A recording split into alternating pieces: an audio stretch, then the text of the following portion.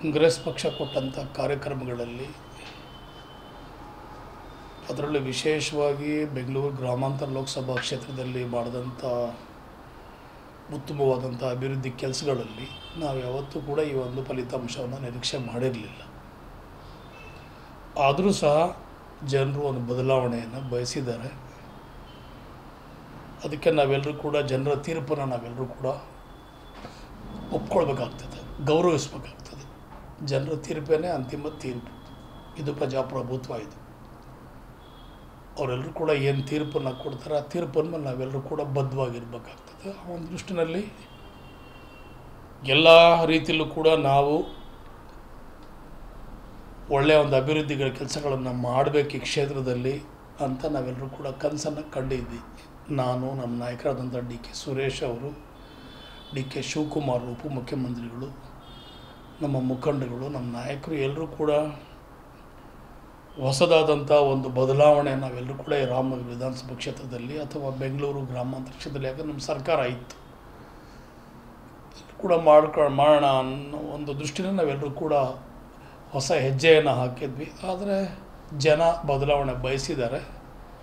ಜನರ ತೀರ್ಪಿಗೆ ನಾವೆಲ್ಲರೂ ಕೂಡ ತಲೆ ಬಾಗಿಸ್ಬೇಕಾಗ್ತದೆ. ನೋಡೋಣ ಮುಂದಕ್ಕೆ ಏನು ಕಾರಣ ಇರ್ಬೋದು ಸರ್? ಈ ಸೋಲಿಗೆ ಕೆಲವು ಕಾರಣಗಳು ಹೇಳ್ಬೋದಾದರೆ ಅದಕ್ಕೆಲ್ಲ ನಾವೆಲ್ಲರೂ ಕೂಡ ಅವಲೋಕನೆ ಎಲ್ಲ ಮಾಡಬೇಕಾಗ್ತದೆ. ಕೂತು ನಾವೆಲ್ಲರೂ ಕೂಡ ನಮ್ಮ ಮುಖಂಡರುಗಳು, ಕಾರ್ಯಕರ್ತರು ನಾವೆಲ್ಲರೂ ಕೂಡ ಆತ್ಮಾವಲೋಕನ ನಾವೆಲ್ಲರೂ ಕೂಡ ಮಾಡಬೇಕಾಗ್ತದೆ.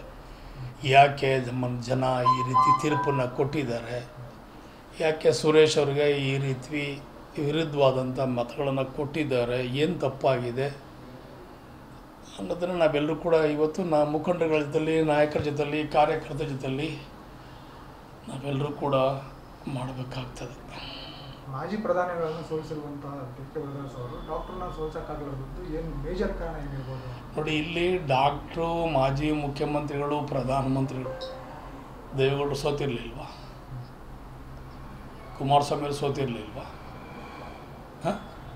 D K Shivakumar ಸೋತಿರಲಿಲ್ವಾ?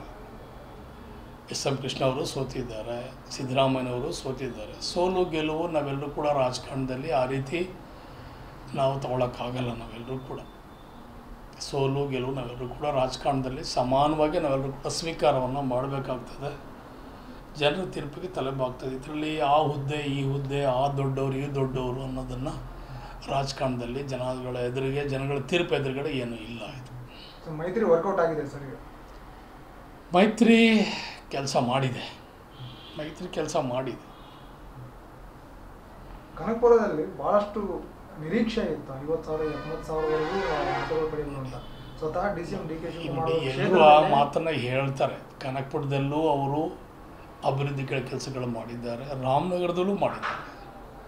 ಈಗಾಗಲೇ ರಾಮನಗರದಲ್ಲಿ ಸುಮಾರು ನನ್ನ ಕ್ಷೇತ್ರದಲ್ಲೇ ಸರ್ಕಾರ ಬಂದು 1 ವರ್ಷ ಆಗಿಲ್ಲ, 800 ಕೋಟಿ ರೂಪಾಯಿ ಅನುದಾನಗಳನ್ನು ಬಿಡುಗಡೆ ಮಾಡಿ ನನಗೆ ಅಭಿವೃದ್ಧಿ ಕೆಲಸಗಳಿಗೆ ನನಗೆ ಚಾಲನೆಯನ್ನು ಕೊಟ್ಟಿದ್ದಾರೆ.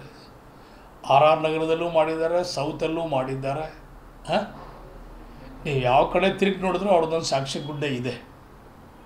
ಅದು ಮುಂದೆ ಯಾವ ರೀತಿ ನಾವೆಲ್ಲ ನೋಡ್ತೀವಿ ಅನ್ನೋದನ್ನು ಈಗ ನಾವೆಲ್ಲ ಕಾದು ನೋಡಬೇಕಾಗ್ತದೆ.